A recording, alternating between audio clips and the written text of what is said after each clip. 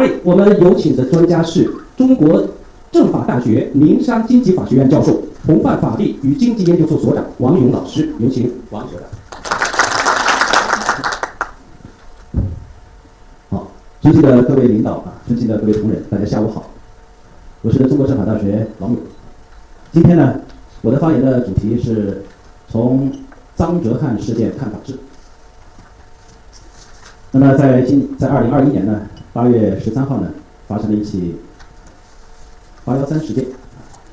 这个事件的简要的案情是这样的：在8月13号，在微博上，数百个营销公号、微信公号同时发布了演员张哲瀚在2018年的一次日本旅游，在乃木神社的樱花林拍的一张照片，舆论将其定罪为参拜靖国神社。在去年12月份之前，我都不知道张哲瀚这个人，我也从来没有看过张哲瀚演的电视剧，我现在都说不出张哲瀚演了哪一部电视剧。但是作为一个法学教授和我们的法学同仁，对这一事件高度重视，我们对此进行了独立的研究。我们认为这个事件是网络时代一起严重的破坏法治的事件，是网络时代的文革遗风事件，应当引起法律界的高度的重视。今天我主要谈3个问题：第一是事实问题，第二是法律问题，第三是政治问题。事实问题，在张哲瀚的813事件当中，网络定罪其参拜靖国神社，这是一起诽谤事件。诽谤有3个特点：第一是传统的技术，将张哲瀚在樱花林的照片通过技术的 PS 将背景更换为靖国神社。第二，更为高级的是修改百度词条。张哲瀚和戴维夫人在参加一个朋友的婚礼当中，与戴维夫人有一张合影。大家知道戴维夫人是中国的老朋友，苏家洛总统的夫人。但是在8月13号前一天，有人将戴维夫人的百度词条进行了修改，将戴维夫人是苏家洛的夫人改为苏哈托的夫人，而苏哈托是屠杀华人的罪魁祸首。时间是如此的巧合。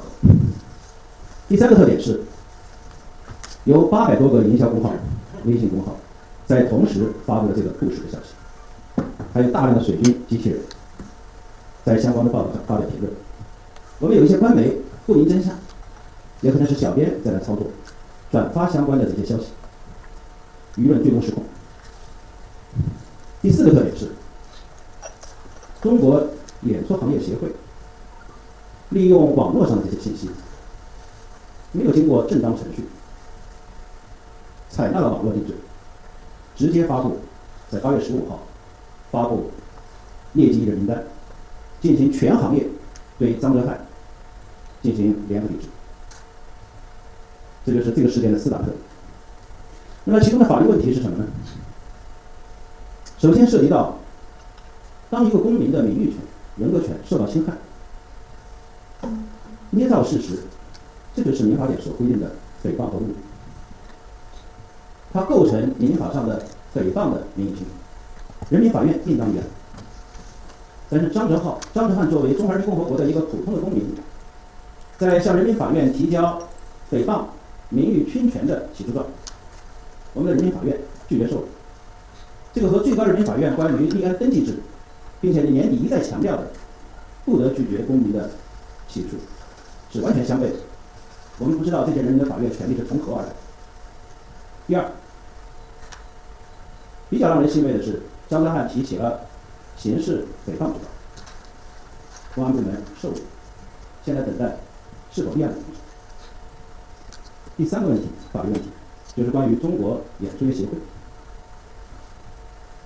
中国演说业协会在将张哲瀚列为劣迹艺人，应当经过一个正当的程序。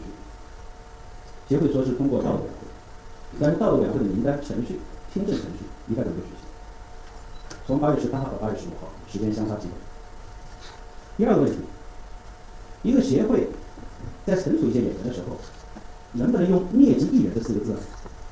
我认为法律不侮辱他人，这是一个基本的原则。法律连犯罪分子都不能侮辱，只能是惩处，不能游街，不能提高。一个协会哪来的权利，能用一个成语上的劣迹斑斑的劣迹去定义他人？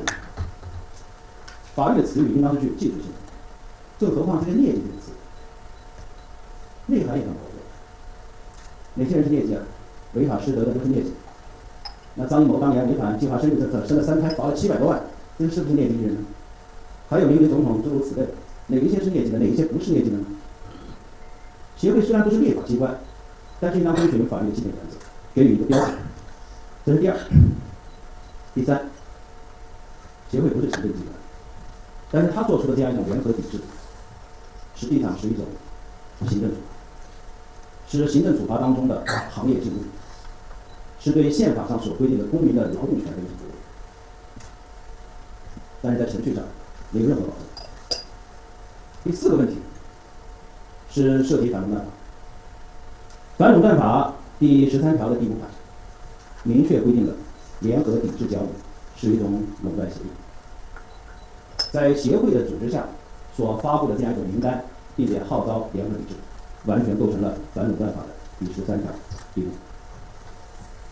作为一个协会，对于现在中央高度重视的反垄断法，难道没有一定的政治立场吗？第3个问题是关于政治问题。这里呢，我提3个观点。第一是，我们要警惕网络时代的文革遗风。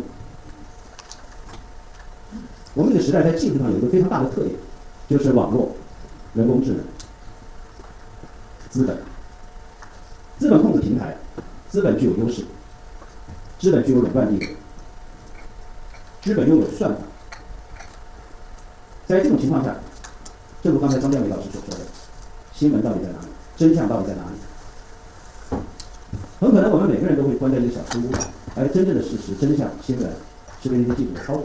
刚才我所讲到的张德汉事件的8+3，就完全展现了这样一种技术特质。这是我们要警惕的第一点，警惕网络时代的文革。这些技术，他们会完全不顾法治，侵犯公民的基本权利，并且用技术来打击竞争对手。第二点是，我们一定要警惕虚假的民族主义。我们中国人民都是爱自己的国家，都有一腔热血，这就是我们的珍贵的民族主义和爱国主义。但是民族主义和爱国主义也有真假之分。有一些人现在利用民族主义，为了打击竞争对手、打击他人，利用民族主义来制造舆论恐怖，来迫害中国人自己。